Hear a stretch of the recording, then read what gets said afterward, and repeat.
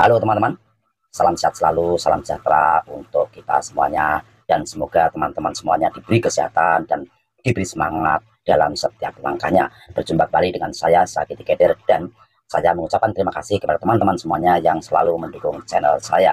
Dan di konten kali ini saya ingin berbicara tentang tim-tim lain yang akan bertanding melawan timnas kita di kualifikasi Piala Dunia round ketiga, yaitu ada China, ada Bahrain, ada Arab Saudi, juga ada Australia. Tetapi kemarin ada yang aneh, yaitu dari Cina yang menempatkan timnas kita di stadion yang sangat jauh. Juga ada lagi dari Arab Saudi yang akan ditaruh di stadion yang pada waktu itu akan mempunyai kepanasan suhu yang sangat panas, yaitu sampai 48 derajat Celcius. Dan ada ini lagi nih yang aneh nih, dari Australia ya teman-teman. Australia akan membatasi penonton dari Indonesia. Jadi mereka usil ya untuk menghentikan langkah Indonesia dengan cara-cara yang aneh-aneh saja menurut saya. Karena penonton kita yang hadir di Australia akan dibatasi dalam jumlah tertentu teman-teman. Dan hanya dikuasai oleh penonton atau supporter dari Australia saja untuk menekan mentalitas pemain kita. Tetapi kita ingat, pemain kita bukan pemain yang gacangan lagi ya teman-teman. Pemain kita sudah sangat berpengalaman dan pemain kita sudah mempunyai mentalitas yang sangat bagus. Oleh karena itu, mari kita tonton video ini, karena di video ini ada Tim Cahill atau Cahill, legenda Australia yang menasihati Federasi Sepak Bola Australia untuk melakukan yang sewajarnya atau yang biasa-biasa saja. Penasaran dengan ini? Mari kita lihat videonya seperti apa. Mari teman-teman.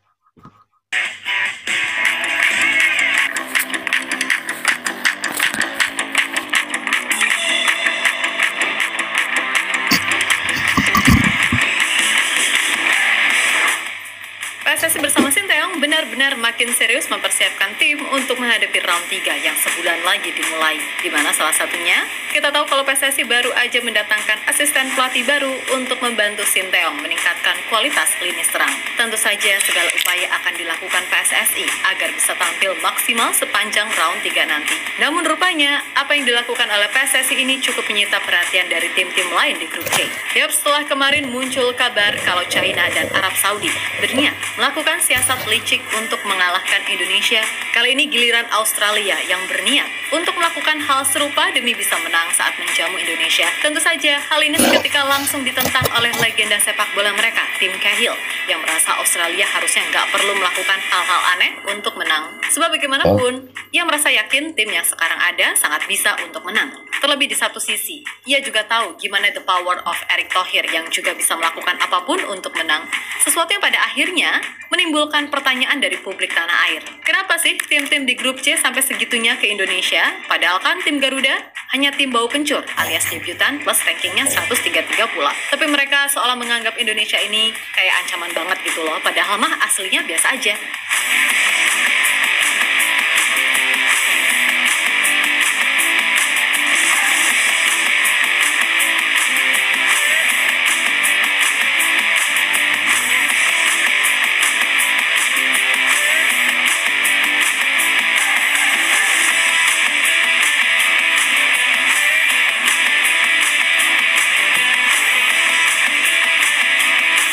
Timnas Indonesia boleh jadi menjadi tim yang paling banyak dibicarakan di grup C round 3 kualifikasi Piala Dunia 2026 zona Asia. Hal itu emang dirasa wajar karena hype skuad Garuda ini emang lagi naik-naiknya dalam kurang lebih 2 tahun terakhir. Tentu saja ini semua terjadi lantaran beberapa prestasi yang telah ditorehkan Indonesia di level Asia dan keberhasilan lolos ke round 3 kualifikasi Piala Dunia sekaligus mengamankan 1 tiket otomatis ke Piala Asia 2027. Dianggap adalah sebuah pencapaian terbaik timnas senior sejauh ini.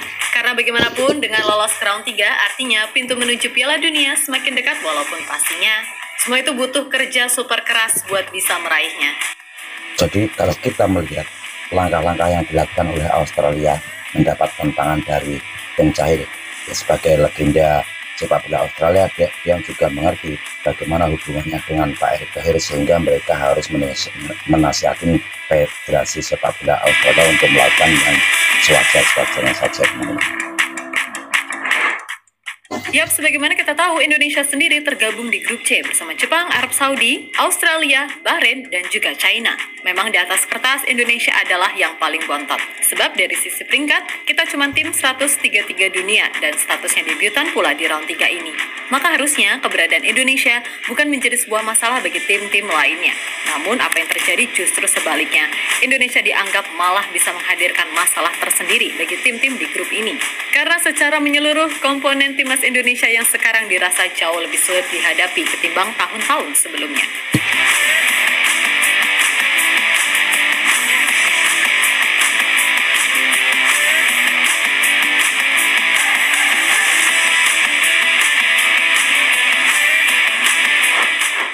Yap, dari sisi kepengurusan PSSI, siapa yang nggak kenal Pak Erick Thohir? Di mana rekam jejak beliau di dunia sepak bola internasional sudah pasti nggak usah diragukan lagi pengalamannya. Lalu dari sisi pelatih, Indonesia punya Sinteyong yang berpengalaman di level dunia. Ditambah asisten pelatih yang baru, yakni Yong Ki-hun, juga merupakan salah satu pemain terbaik yang dimiliki Korea Selatan. Belum lagi soal komposisi skuad yang mayoritas main di Eropa, membuat Indonesia ini alhasil nggak kayak tim peringkat 133 dunia. Mungkin itulah kenapa tim-tim di grup C sama sekali nggak mau meremehkan Indonesia. Apalagi setelah PSSI menegaskan masih akan tetap menambah kekuatan baru, yang mana diketahui itu berkaitan dengan nama-nama seperti Kevin Dix, Martin Paes, Ole Rummenigge, Michel Gers, Mike Lyon, Tristan Guyer, hingga Jayden Oosterwolde.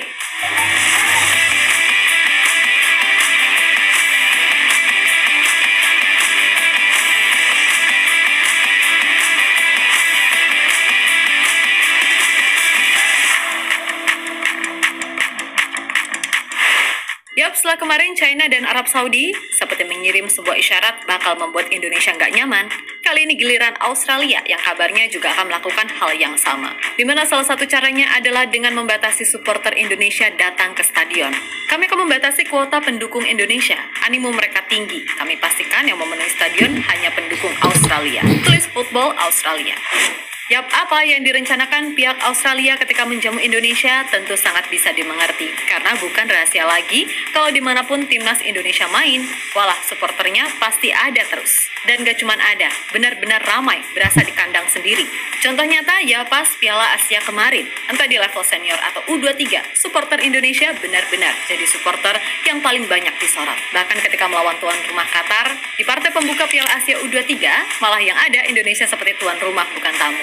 Itulah kenapa sebisa mungkin Australia ingin mengurangi kekuatan Indonesia dari sisi non-teknis.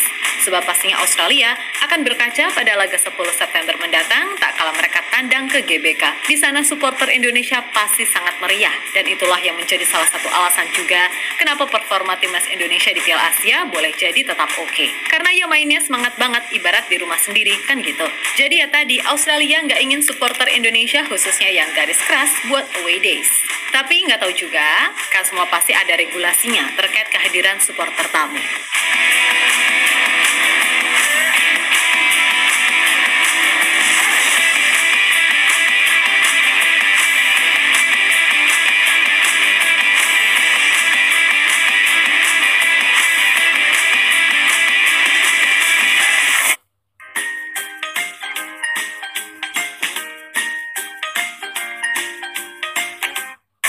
Di sisi lain, legenda timnas Australia Tim Cahill secara tegas memberikan peringatan ke federasi untuk ya udah main biasa aja gitu loh. Toh semuanya pasti ada regulasi terkait supporter tamu. Jadi nggak usah aneh-aneh. Lagi pula, Cahill juga paham Erick Thohir bakal melakukan apapun agar Indonesia bisa tampil maksimal khususnya di laga tandang. Jadi alih-alih ngurusin hal begituan, Cahill meminta tim asuhan Graham Arnold itu untuk fokus mempersiapkan tim dengan baik.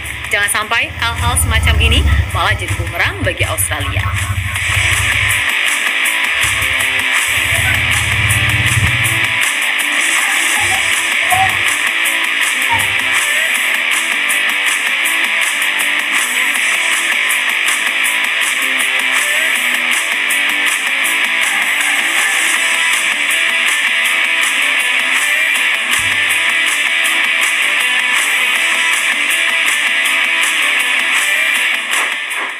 Ya, terlepas dari apapun, pokoknya PSSI benar-benar akan bekerja keras karena agenda sangat padat jelang akhir 2024 ini. Terhitung mulai akhir Agustus nanti, Timnas U19 akan akan main di Seoul Earth on Ice Cup dengan melawan tim-tim macam Argentina, Korea Selatan, dan juga Thailand sebagai bentuk persiapan kualifikasi Piala Asia U20 di akhir September. Kemudian timnas U16 mereka akan main di kualifikasi Piala Asia U17 pada bulan Oktober nanti. Nah, di timnas senior ini yang gila banget. Udah main di round 3 kualifikasi Piala Dunia 2026, masih pula dihadapkan pada ajang Piala AFF di bulan November. Walaupun akhirnya diundurin Desember, tapi tetap aja gokil. Oleh karena itu PSSI benar-benar diminta fokus untuk mengawasi setiap timnas yang main. Karena gimana-gimana, kan udah ada target yang udah ditetapkan. Jadi ya pastinya segala hal dilakukan untuk meraih hasil terbaik. Dan buat kita pecinta timnas Indonesia, sudah pasti kita happy dong karena di tiap bulan ada pertandingan timnas. Tapi ya gitu, ingat, kalau jadi penonton atau netizen itu yang sopan. Gak dikit-dikit hujat, dikit-dikit hujat. Bijaklah dalam berkomentar. Ya emang itu akun kalian dan jempol kalian juga. Tapi bukan berarti bisa seenak jidat kan ngatain orang. Giliran dicari terus ketemu, nangis dia minta maaf. Ngulangin lagi, ketangkep, nangis lagi. Gitu aja terus sampai Ten Hag punya rambut. Intinya bagi semua pemain timnas Indonesia, khususnya yang muda-muda nih, tetap semangat, abaikan cibiran, dan terus fokus aja menatap ke depan. Dan buat timnas senior, yuk main maksimal untuk meraih mimpi yang ada. Sulit sih pasti, tapi percaya aja nggak ada yang nggak mungkin.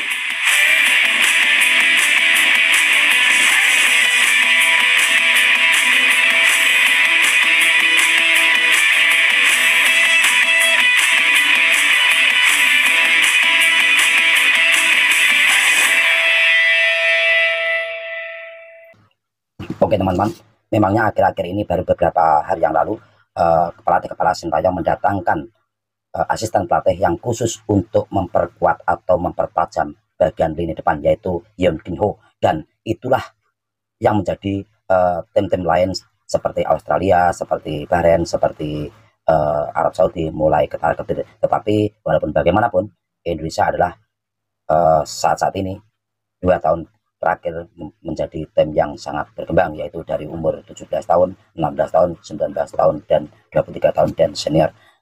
Memang itu semua berkat dari, kalau menurut saya, itu berkat dari kemampuan Pak Erick Thohir menjadi manajemen PSSI, juga ditambah pelatih kepala itu Sintayong, dan akhirnya pelatih kepala Sintayong diedukasi oleh Indra Safri, juga Nova Arianto.